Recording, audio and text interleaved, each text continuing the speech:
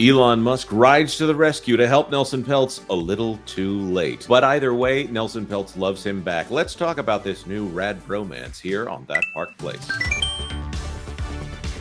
Hello, I am Jonas J. Campbell, an investigative reporter for That Park Place. I am here with my platonic but wonderful friend, Mr. Vash Sky. How you doing, Vash? I am doing very, very well, Jonas.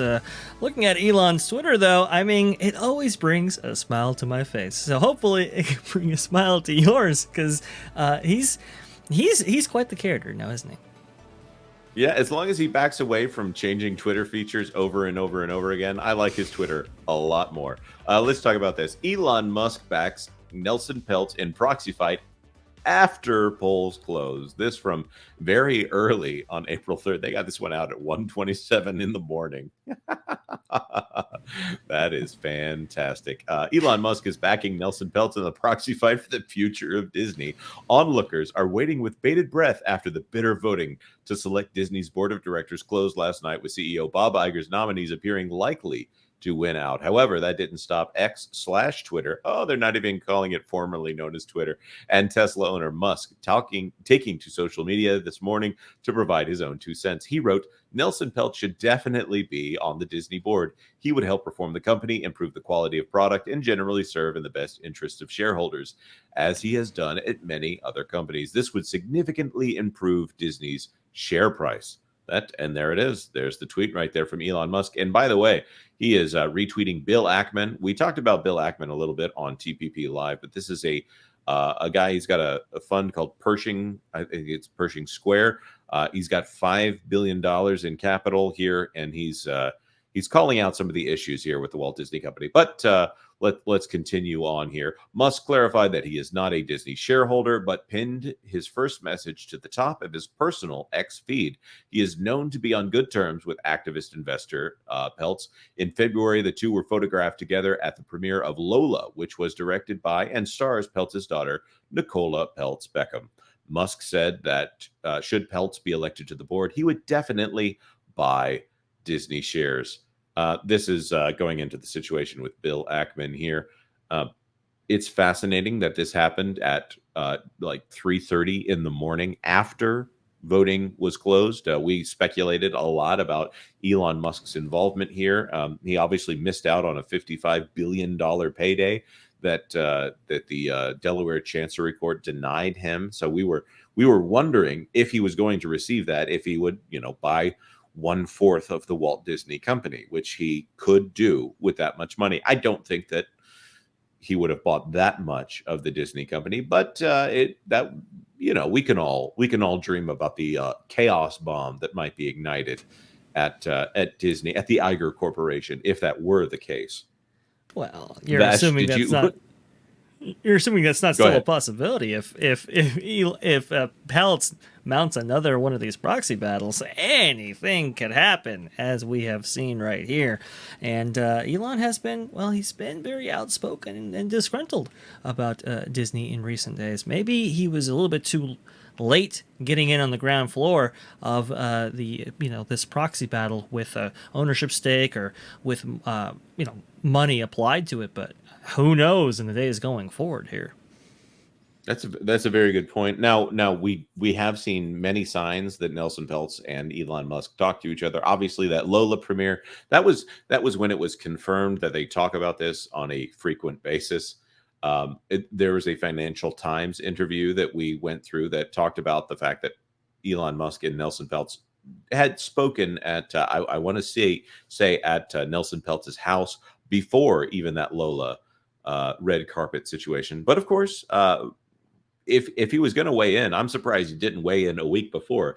But maybe they had talked and agreed that Elon Musk was not going to say anything about this. If he didn't have any shares, maybe he had no right to say anything about this as someone as influential as Elon Musk is. But whether or not you want to know, it seems that Nelson Peltz has forgiven Elon Musk, if there was anything to forgive. He appeared on Squawk Box this morning, although that's Jim Cramer. It must be Squawk Box. we'll just play the clip and hear what Nelson Peltz has to say about Elon Musk. Around with Elon Musk, who I know is against Iger. I mean, could you do a little ego comparison? Can I tell you something? Elon is a friend of mine. I think the world of him. This guy has no ego. Okay? That may be hard for you to believe. But having spent the amount of time I have with Elon, he is willing to listen to anybody. It has the same attitude we do, that will steal any good idea and be proud of it. But his ideas are beyond anything I've ever seen in my whole life. He's a brilliant guy, understands so many things about the world.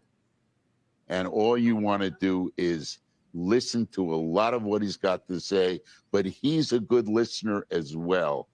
And the really smart people in the world are good listeners. I think that's amazing. It's that sounds to me like not just that they have met a couple of times, but it sounds like he knocked his socks off here. He sounds really smitten with him, and he describes him in a way that I really haven't seen Peltz describe anybody else. I mean, look, Elon is definitely a smart guy. Anybody who could send rockets into space and then land them again on the ground is just it takes a quite the individual to pull that off. And so that's quite a feat of engineering, right? And to hear Peltz kind of talk about him and saying, hey, you know what? He really has no ego. He's all about receiving ideas and kind of analyzing them on a going basis there and making the best decision for himself. I mean, how could you necessarily dislike that? I think we want, our leaders or figures like Elon to be receptive and not necessarily closed off. There are some others, I don't know, like where it's like, hey, you give them an idea and it's like, well, I've thought about it and I don't think we're necessarily going to do that. Versus somebody that's receptive, that can take in information. That those people, that curiosity, that ability to learn is pretty profound. I think that's what Peltz is reacting to. Yeah, and that's one thing about the constant pursuit of knowledge and refining things. You have to listen in order to do that. And right here we see Elon Musk's response right there. 3 words: Nelson is great. So I think it's hilarious. I like to imagine these guys just hanging out all the time, playing Elden Ring, as Elon Musk is known to do.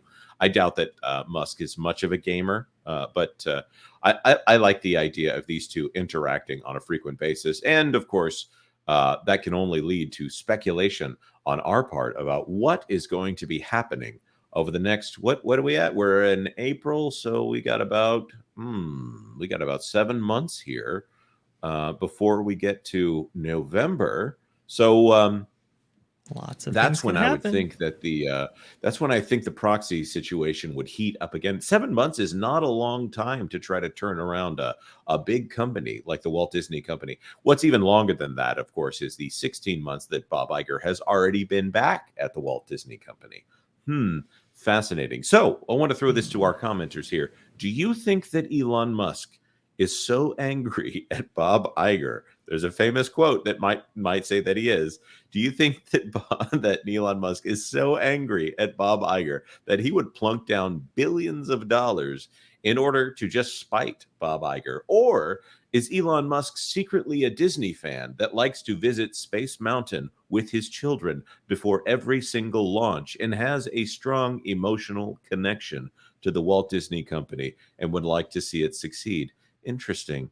Or do you think something else is going on here? Are you one of those people? And I'm not saying these people are wrong. Are you one of those people that hears the name Elon Musk and you just roll your eyes because you're sick of hearing about this guy and all of his billions of dollars and the fact that he ruined Twitter or something like that? I've heard that before. Leave us your comments down below. I would love to hear what our audience thinks of Elon Musk, even if he's just a tool for your Disney changing ends. All right. Like this video if you like this video. Of course, those comments, we greatly appreciate them. and consider subscribing to That Park Place for all the news that should be fun. Thanks for watching That Park Place News. For more information, consider checking out www.thatparkplace.com. And don't forget to subscribe, share, like, and send this out on your favorite social media accounts.